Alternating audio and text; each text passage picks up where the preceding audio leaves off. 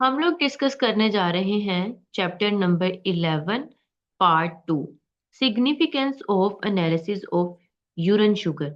अगर हम यूरिन में शुगर को चेक करते हैं तो हमें इसका क्या फायदा होगा। शुगर एक रिच सोर्स ऑफ एनर्जी है जो कि हमें मिलता है कार्बोहाइड्रेट्स की ब्रेकडाउन से। अगर जिस्म में इंसुलिन ना बने तो ब्लड शुगर बहुत ज्यादा हो जाएगी और बंदे को डायबिटीज हो जाएगी। अच्छा, अगर डायबिटीज हो तो उससे कौन कौन से दो कॉन्सिक्वेंसेस आ सकते हैं। अगर डायबिटीज हो तो ग्लाइकोज यूरिया हो सकता है, या फिर हाइपो हाइपरग्लाइसीमिया, यानी कि ब्लड में शुगर ज्यादा हो जाएगी, या ग्लाइकोज यूरिया यानी कि यूरिन में शुगर आएगी। ठीक है, ये दो हो सकते हैं अगर तो डायबिटीज हो तो। यूरिन में वैसे शुगर नहीं आती क्योंकि जब किडनीज में शुगर जाती है तो वो ग्लोमेरुलस से रीएब्जॉर्ब हो जाती है। यूरिन में कभी भी शुगर नहीं आती।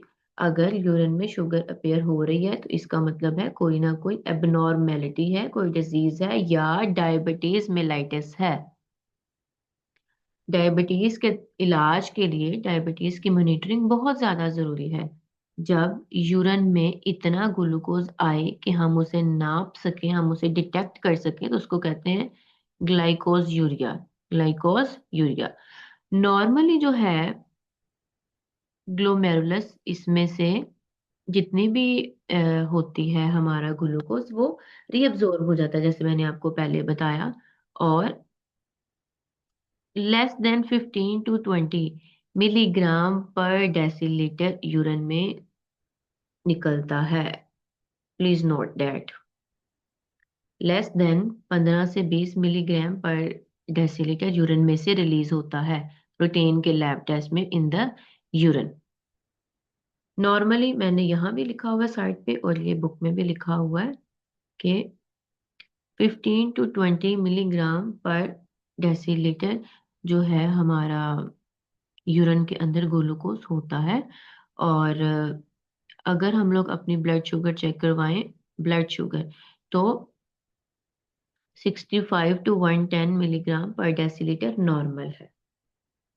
अगर हम खाना खाने के बाद मील लेके चेक करवाएंगे तो 120 से 180 तक 160 तक शुगर नॉर्मल है। अगर शुगर 170 से 180 मिलीग्राम पर डेसीलीटर तक हो गई है तो इसका मतलब है कि अब शुगर की कंसंट्रेशन इतनी ज्यादा हो गई है कि जो हमारे गुर्दे हैं उसके अंदर जो ग्लोमेरुलस हैं वो इतनी ज्यादा शुगर फिल्टर नहीं कर सकते। एट दैट पॉइंट जिस पे शुगर यूरिन के अंदर इतनी ज्यादा हो जाए कि गुर्दों के लिए उसको एब्जॉर्ब करना काबिल कबूल ना हो, तो उस पॉइंट को हम कहते हैं रिनल थ्रेशोल्ड। ठीक है, उनकी बस हो गई है, अब वो मजीद जो है एब्जॉर्ब नहीं कर सकते। तो इसके बाद क्या होगा, वो सारी की सारी शुगर यूरिन में जाएगी और ब्लड में भी जाएगी तो बंदे को होगी डायबिटीज। ओके, नेक्स्ट है हमारे पास significance of urinary albumin analysis. Urine में हमने देखना है कि एल्ब्यूमिन कब आती है, क्यों आती है, कैसे आती है। यूरिन एक एल्ब्यूमिन एक प्रोटीन है जो कि आम खून में प्रेजेंट होती है। और जब हमारे गुर्दे सही काम कर रहे हो तो बिल्कुल माइन्यूट अमाउंट में एल्ब्यूमिन रिलीज होती है यूरिन में। ठीक है, और जब किडनी फेलियर होता है तो लार्ज प्रोटीन्स के मॉलिक्यूल यूरिन में लीक होना शुरू हो जाते हैं। ठीक है, और ये जो है डैमेज कॉज करते हैं हमारी किडनीज वगैरह को। अगर तो थोड़ी बहुत यूरिन में आए एल्ब्यूमिन तो जो हम डिपस्टिक मेथड करते हैं आम, उससे इजीली हम चेक कर सकते हैं। अगर वो थोड़ी सी डिपस्टिक से हमें डिटेक्ट हो तो हम उसको बोलते हैं micro albumin albuminuria. Micro albuminuria. इसके लिए हम क्या करते हैं, इसके लिए हम लोग अर्ली मॉर्निंग का भी सैंपल ले सकते हैं और रैंडम सैंपल भी ले सकते हैं। हम हमेशा एल्ब्यूमिन को क्रिएटिनिन के साथ डिटेक्ट करते हैं, ठीक है, दोनों का जो है वो इकट्ठे चेक करते हैं।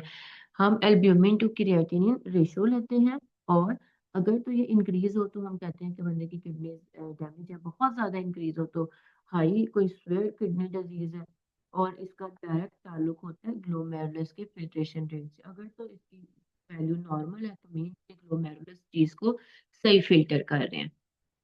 जो एल्ब्यूमिन है, इनका जो पार्टिकल का साइज है वो एज कंपेयर टू अदर बड़ा होता है, जो कि आम हमारी किडनी के ग्लोमेरुलस में से नहीं गुजर सकते।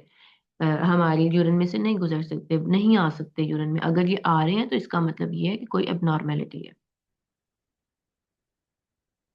नेक्स्ट है यूरिन क्लोराइड।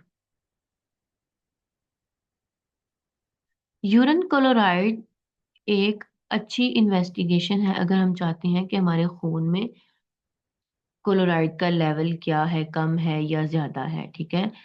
लेकिन कभी भी हम लोग क्लोराइड अकेला नहीं करते। क्लोराइड का टेस्ट हमेशा हम लोग सोडियम का भी आयन को साथ चेक करते हैं, ठीक है। तो जो जो चेंजेस सोडियम में आ रही होती हैं वही सारी चेंजेस, जो जो चेंजेस क्लोराइड में आ रही होती हैं वही सारी चेंजेस सोडियम में भी आ रही होती हैं। हम लोग यूरिन में क्लोराइड का लेवल चेक करके पता लगवा सकते हैं कि एसिड बेस बॉडी में इम्बैलेंस तो नहीं है, और बॉडी में कोई इलेक्ट्रोलाइट्स इम्बैलेंस तो नहीं है, ठीक है।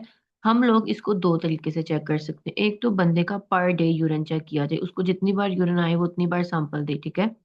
और जब हम उसकी वैल्यू निकालेंगे तो हम लोग उसको एक्सप्रेस करेंगे मिली मोल्स पर डे, क्योंकि हमने पूरे दिन का सैंपल लिया है।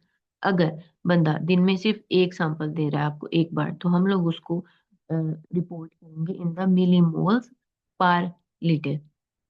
अदरवाइज अगर कोई बंदे को कोई मसला नहीं है, कोई डिजीज नहीं है, तो इन कंडीशंस में जो है वो आयन हाई आ सकते हैं।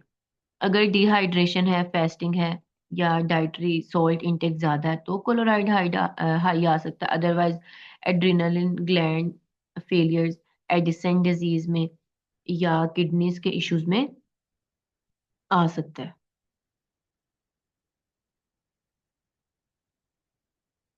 आई होप सो कि आपको समझ आ गई होगी। अगर आपको कोई चीज समझ नहीं आई तो we can discuss in the class, और यू कैन कमेंट हियर।